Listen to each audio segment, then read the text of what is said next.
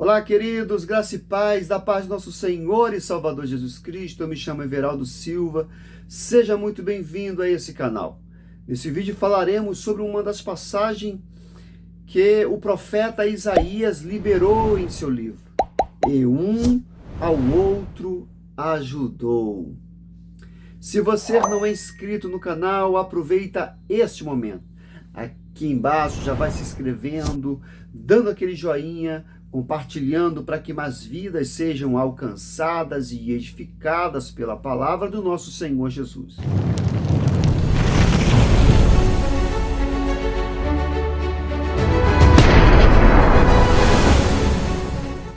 Um ao outro ajudou, interpretado por Isaías. Um ao outro ajudou, e ao seu companheiro disse: esforça-te, registrado em Isaías 41:6. Esse texto do livro do profeta Isaías é muito conhecido entre os cristãos. Certamente ele está entre os preferidos nas escolhas de temas para cultos específicos. Já perdi as contas de quantos congressos eu estive. E esse tema foi muito usado para as festividades que participei. Quando utilizado em tais congressos, geralmente esse texto é aplicado como um propósito de enfatizar a importância da união, do companheirismo e da harmonia e do trabalho em equipe. Logo, o tema principal é um só: ajude o seu irmão. Tudo isso parece muito bonito, porém o tema principal deveria ser outro: ajude ao seu irmão a interpretar a Bíblia. Nesse texto, faremos uma análise simples do versículo 6 do capítulo 41 do livro de Isaías, para que possamos compreender a aplicação correta da frase um ao outro ajudou e ao seu companheiro disse: esforça-te. Um ao outro ajudou, entendido isso por Isaías, no número 41 do seu livro.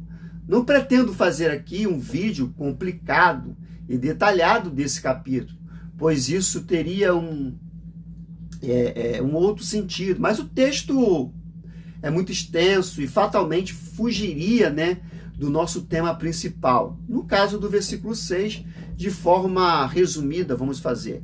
Podemos dizer que o capítulo 41 está dentro de uma seção de livros do profeta Isaías, que compreende os textos presentes entre o capítulo 41 e o 46, e que se desenvolve considerando os temas introduzidos já no capítulo 40.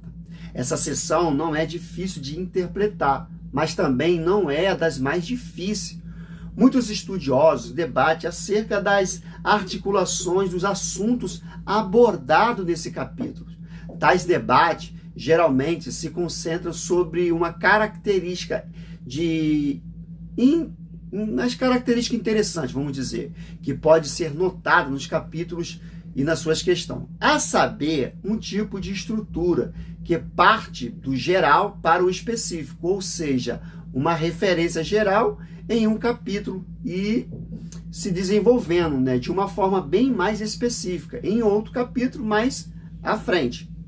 Mantendo em mente que esse capítulo pertence a uma unidade maior, vamos estudá-los exclusivamente, dividindo-o da seguinte forma. Primeiro ponto: a obra de Deus assombra os idólatras?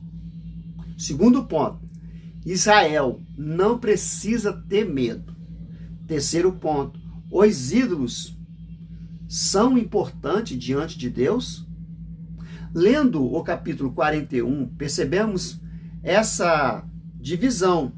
Podemos entender que a mensagem principal apresentada tem um objetivo de renovar a confiança de Israel, que estava temerosa, de modo que Israel não precisava se amedrontar diante da nação, as quais ficariam assombradas pelo Deus que faria em sua história, ficando em evidente que Deus não rejeitou o seu povo, ao contrário, usaria na concretização de seu propósito. no propósito no mundo. Agora, nós concentramos, vamos diretamente no versículo 1 ao 7. Percebes que se trata de uma cena do juízo. Na verdade, essa primeira de várias cenas, podemos dizer, do juízo, nessa parte do livro de Isaías, 21, 21, 29, 42, 25, 43, e tantas outras. Basicamente, nesse versículo, Deus convoca as nações, juntamente com os deuses a quais elas representam, para que compareça perante o concílio, a fim de apresentar evidências sobre quem é Deus. Nesse caso, Deus é quem é o juiz, o que convoca o tribunal, inicia o caso e declara o veredito. Então, considerando esses princípios, podemos construir o seguinte esboço: convocação do juízo, a todas as nações são chamadas a reconhecer a soberania de Deus e a enxergar o seu controle sobre toda a história.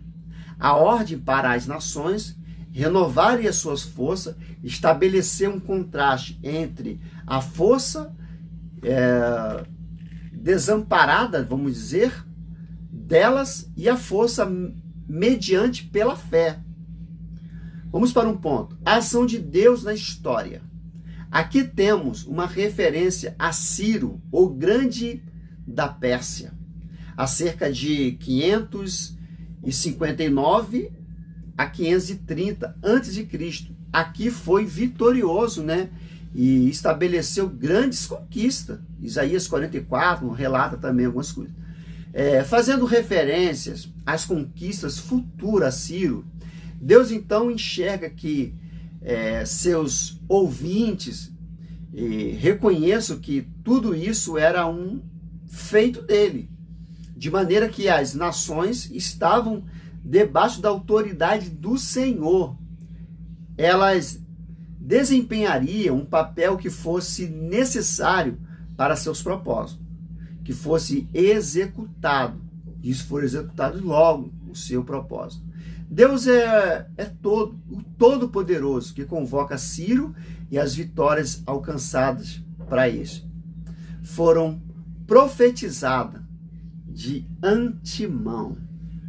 Fazem parte de um plano maior. Nos livros de Isaías 41, 2, 44, 45, registra algumas partes desses eventos. E por fim, resultam na remissão de Israel no exílio. Algumas passagens lá em Isaías 42, 9, 10, 21, 25, 43, 18, 21, Isaías 60, fala a respeito sobre o exílio. No versículo 4, temos a pergunta retórica: quem fez e executou tudo isso? No próprio versículo temos a resposta: eu sou o Senhor. Ele é o único no universo que pode dizer essas palavras, pois não há ninguém como ele. Deus, no princípio, chamou tudo à existência e ninguém pode resistir à sua vontade. Ele é o primeiro e é o último. Isso garante que tudo o que está sob o controle dele. Para um ponto de resposta. Isso atemoriza, as nações. No versículo 5 ao 7. Esse versículo mostra a resposta das nações antes da evidência da soberania de Deus na história. O medo as levou à rebelião diante do desafio de Deus. Encarando as nações na história, as nações ficam aterrorizadas e recorrem a seus deuses. Um ao outro ajudou. Entendemos o versículo 6 e o 7 com base no esboço apresentado acima. Facilmente podemos entender a aplicação correta do versículo 6.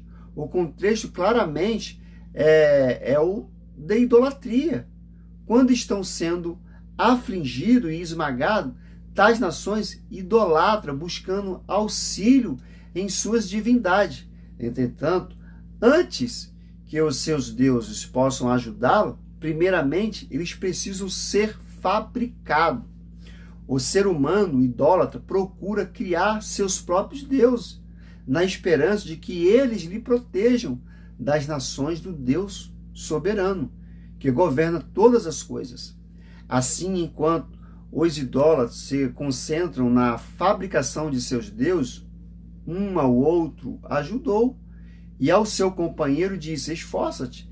Esse versículo mostra pessoas aterrorizadas, nutrindo uma coragem recíproca, no tipo de falsa cordialidade, em meio ao desespero.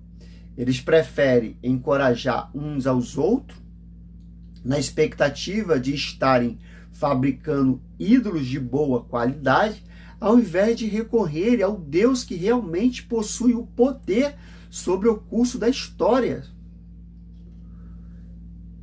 Temos a descrição, vamos dizer, do processo de fabricação dos ídolos.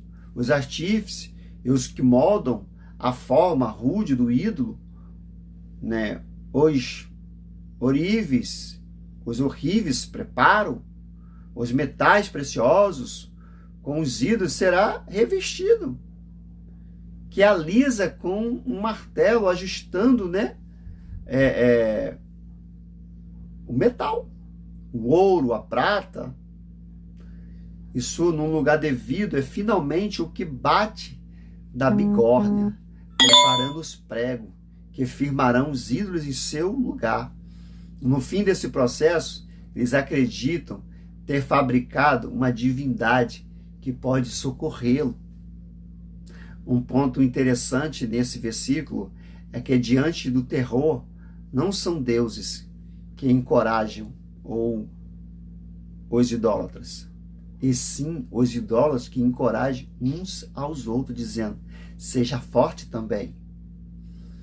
Não somos deuses que mantêm firme, mas eles que precisam usar pregos para que seus deuses não oscilem, ou seja, tais deuses são totalmente despedaçados de seus fracos e miseráveis criadores. Um ao outro ajudou. Como aplicar esse texto corretamente? Sem dúvida, esse texto nos transmite uma mensagem maravilhosa. E como toda a palavra de Deus, podemos aprender muito sobre ela, aplicando em várias situações de nossas vidas. Porém, esse caráter temporal das Escrituras não nos dá o direito de isolar o texto para aplicarmos de forma fantasiosa, no que bem entendemos. Se o objetivo é construir um sermão sobre o companheirismo, harmonia e união entre os irmãos, certamente na Bíblia encontraremos passagem ou muito texto para essa passagem. Então nós precisamos aprender com a Bíblia, buscar as informações corretas, interpretá-la corretamente, buscar na nossas hermenêuticas, nas nossas interpretações, para não errarmos. Deus te abençoe, Deus seja louvado na sua vida.